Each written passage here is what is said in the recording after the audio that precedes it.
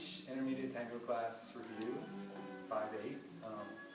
We started with a box pattern, and we were just walking side, dot, dot, back, side, together.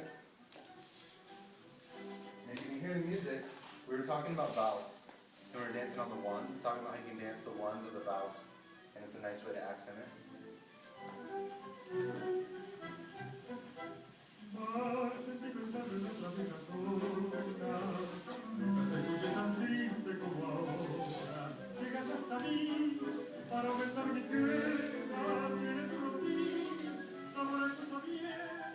And then we started to talk about how in lots of waltz, not tango waltz, you'll dance the 1, 2, 3, 1, 2, 3, 1, 2, 3, 1, 2, 3. And we tried a little move and realized it was way too quick.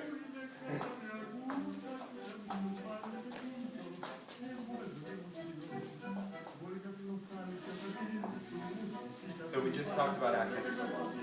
And then it offered a different rhythm that is a nice waltz accent. And what we're going to do, if you break in 2, 3 counts, break 2, 3 counts up into pieces, we're going to dance the 1, 3, 1. 1, 3, 1.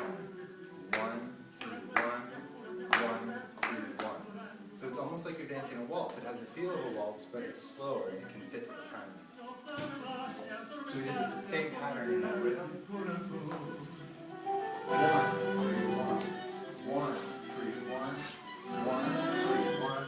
1, 3, 1. 1, 3, 1. 1, 1, 1, and a 1. 1. 1, 3, 1. 1, 3, 1. 1, 1, 1, 7. We also took that pattern and we talked about how you can open it, how on the back step, turn that off. We talked about how you can open it, and here we just went forward, side, change weight, and then I open the door, side 90 degrees, and then back where I started, do, that, do, open the door 90 degrees, she comes with me, boom, and we keep this rotating. Then we did a different one where, and you can do this from anywhere, so I'll just show you from the forward rock step. The lead is a forward step on his left, and then a hook step. And the follow is going to walk straight across 2 steps into a forward ocho.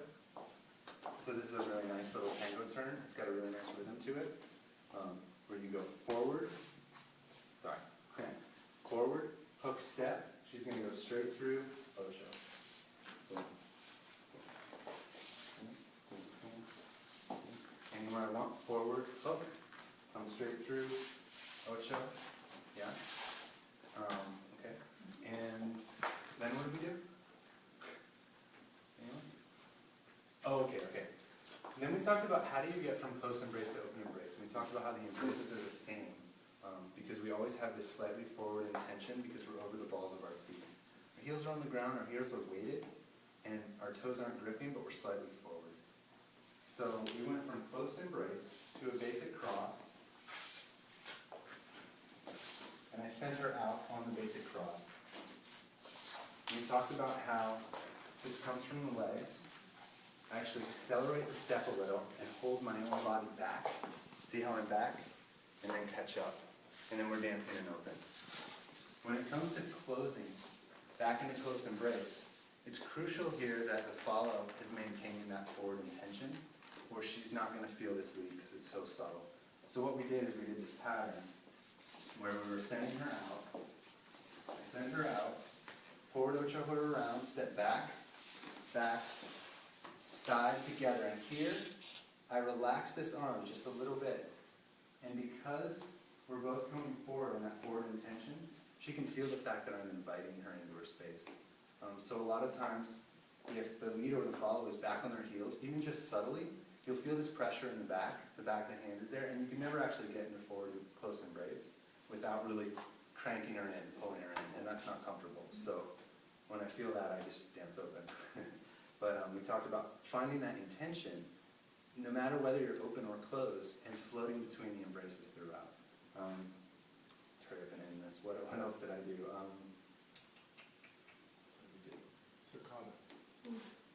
Saccada. Right. That was it? Yeah? Yeah, stretch. Got it. Having this. Got it. So we made a distinction between what I'm calling more of a classical frame and more of a nuevo frame, and we experimented with it. We actually did some exercises, just relaxing the arms and literally walking around and feeling what it feels like to stretch, like you might do in other dances. And then we just experimented, literally just walking around, and then we went to a classical frame where everything is a bit more literally interpreted, right? Boom, shut up. And then we did this basic cicada from a forward ocho, and we did it in this classical embrace.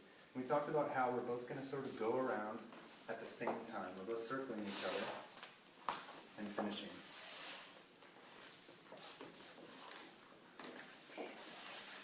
And then we experimented with relaxing the embrace a little more, and you can look at the clips of Chicho and Juana because they dance more like this. And I led her on a forward embrace, a forward step, and I actually step a little bit later. Boom. And what's going to happen is, because we're going in different directions, she's going diagonal, and I'm cutting back this way, the embrace is going to stretch as long as our arms are relaxed. And we talked about how crucial it is that both of you go to that step. If you hesitate, if she, for instance, if Anita is taking that step and she's trying to correct the fact that our embrace is stretching, she's turning towards me, she's falling when she hits that foot. And the stretch won't work. I'll pull her off balance. Likewise, if I'm trying to correct the embrace by moving into her and not getting that stretch, then we won't get the stretch. And so what's the point? So I actually want to send her, and then I go in a different direction.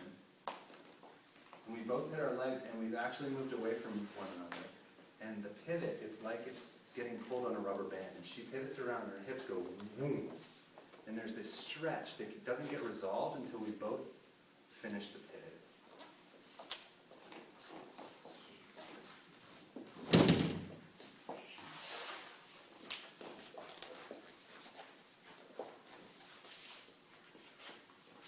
We just go away, and we come back. And the last thing I forgot that we actually talked about was, what if you send her away when you're in open embrace? The same cross step we did, except then we start to talk about, once again, this idea of stretching the frame. And this is kind of breaking tango rules, but I like it. So then I'm literally, it's not that I'm doing a full-on colgada. I'm not really taking her weight. I'm literally just letting the weight of our arms stretch, and I'm letting our embrace slide. If either one of us grips the embrace too hard, we can't do this. I'm literally just going slide. I don't have her weight here. Boom. And then the last one we did was that. Oh no, the last thing we did. Okay, class is almost done. The last thing we did was same beginning, forward ocho, take her all the way around, and we're both going to step into each other, curving around. It's a curving step. Our hips actually open towards one another. We don't step our hips square and try to turn our upper bodies. Let everything stay nice and easy. Then we both side step. Yes, nice big side step across. We step forward around. Boom.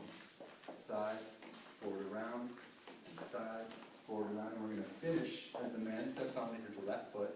The follow steps onto her right foot. We're both going to go and pivot. And you're probably, depending on the spacing, you will get some of this stretch again. So we're just talking about how open embrace, close embrace, creating stretch in the embrace, all these things are they just happen because of our spacing and our position and where we're going. We don't have to freak out when they happen. We can use them in our dance. Yes, so that was class. Thank you. Thank you, Jonathan. Thank you, Jonathan.